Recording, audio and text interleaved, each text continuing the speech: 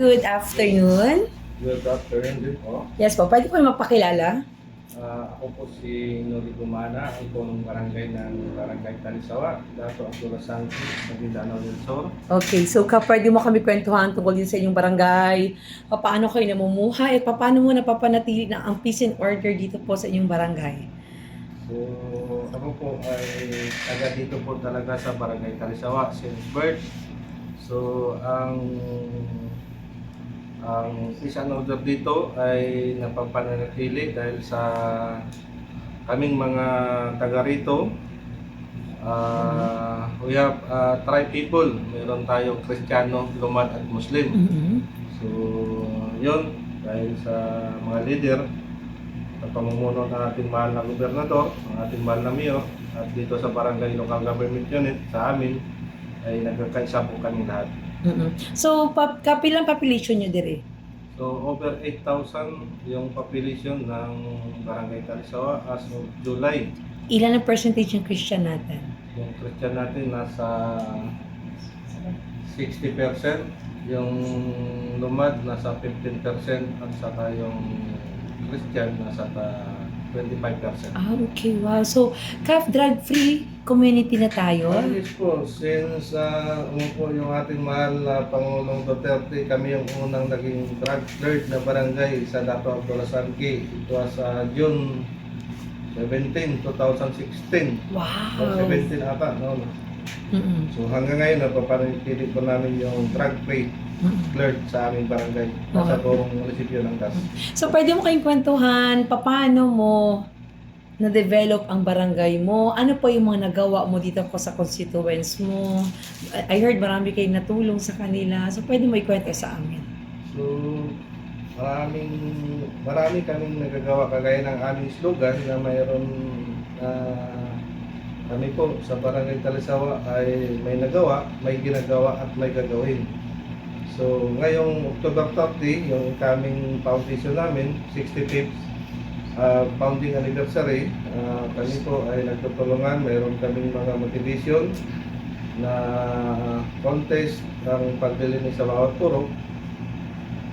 Lahat participate kagaya ng mga Tidoray, Muslim, nagtutulungan po kami. Mm-hmm. So, nag-brigada eskwela na tayo?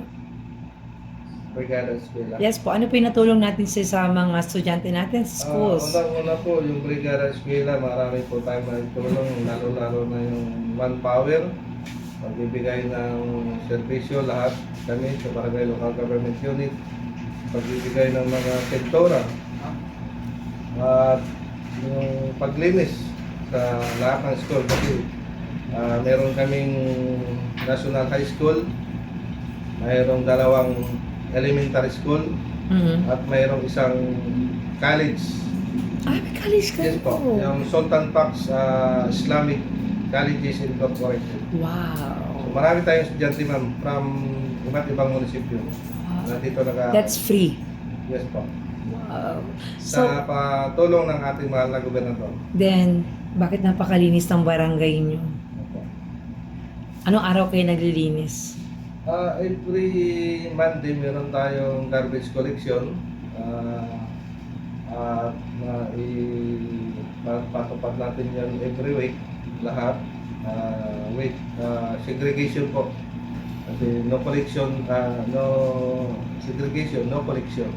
Wow! Tapos meron po kami binibigay na bigas sa mga nagsisegregate. Yung proper segregation. Wow. Mga motivation namin para mapaganda, mapalinis yung aming barangay. Mm. So, ano pang gusto mong gawin dito sa iyong barangay? So, marami tayong gustong gawin. Kaya lang kung minsan hindi natin magagawa dahil sa kulang tayo sa financial. So, dahil din maliit din yung natin, era. So, ngayon, dapat kasya din natin na lahat mabigyan ng tulong. Meron tayong gustong una-una yung talagang pagtutulungan natin sa bawat membro na magkaroon tayo ng mapayapang pamumuhay. walang gutom, lahat mabibigyan. So ano pa yung gusto mong hingin sa gobyerno? Pwede mo isa-isahin? Para, ito po na yung pagkakataon po na para makaparating nyo sa kanila kung ano po yung gusto nyo hingin. Marami po tayong mga proyekto Pwede na po isa-isahin nakatindi, natin? kagaya ng paglagay ng tulay between Porok Tres, papuntang sa Tiyubyati, na concreting. Yun po ay naka-align na rin po sa programa ng ating mahal na gobernador, Governor Baymariam Saque Mandato. Mm. So hinihintay na lang natin yung pag-implement doon sa tulay. Then yung street light, naibigay na rin yung request namin. Ongoing yung paglalagay ng street light sa Sitio Bisang. So kasi meron kami dalawang sitio, ma'am, mga lumad po yung nangyayari doon. Wow. So, yun po. So proper drainage, kung minsan binabaha kami dito. Yun po yung mga pwede namin target na maibigay ng tulong mula sa lokal na pamahalaan. Mhm. So maliban doon, meron pa po na gusto nyo hingin? Or ano po yung gusto mong iparating natin sa national government, especially sa ating Presidente Bongbong Marcos? So, unang-una po, siyempre yung ating mga estudyante dapat na mabigyan ng wastong edukasyon na libre. Yan po. So, nandito na rin yung aming mahal na gobernador, nagbibigay po ng libreng pag-aaral sa lahat, nagbibigay ng mga bag, school supplies, kagaya nitong Islamic colleges, libre din po yan. Yung ano pa? Ano pa yung gusto mong hingiin, Kap? So paano, nagkahingi din ako ng gym. Kasi marami kaming gym, pero dito sa proper ng Barangay Talisawa, wala po kaming gym. So, ang sagot naman ng aming mahal na gobernador, meron po silang inauna ng mga target na project, pero back then, talagang mabigyan din po kami ng gym. Wow. So, din lang po. And greetings po natin para sa new incoming na 65th Foundation Anniversary. So, sa lahat po ng barangay, no, dito sa mamayan ng Barangay Talisawa, sa bayan ng Dato Abdullah Sangki, this coming August 30, meron po kaming 65th founding anniversary. Meron kaming tema na ano yung tema natin, nakalimutan ko na.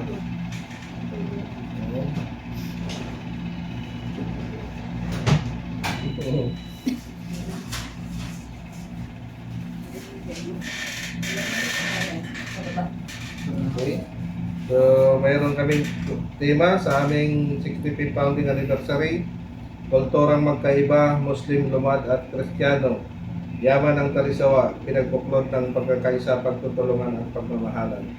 So, last day, nagkaroon din kami ng activity, yung Senior Citizen Day. Binigyan namin ng pagpupuri ang lahat ng mga matatanda dito sa barangay. Nagbigay din po ng tulong yung aming mahal na gobernador. Malaking tulong po para sa mga senior citizen, yung wheelchair, yung food pack, at marami pang iba, pagkain, at saka mga papremyo po. Kahapon, nagkaroon kami ng tree growing activity kasama yung PJS Open Row, Maguindano del Sol, at kasama yung BAP, pati yung local disaster ng Dato Abdullah Sangki, kami sa barangay local government at ang mga BIPAT at yung mga IP community.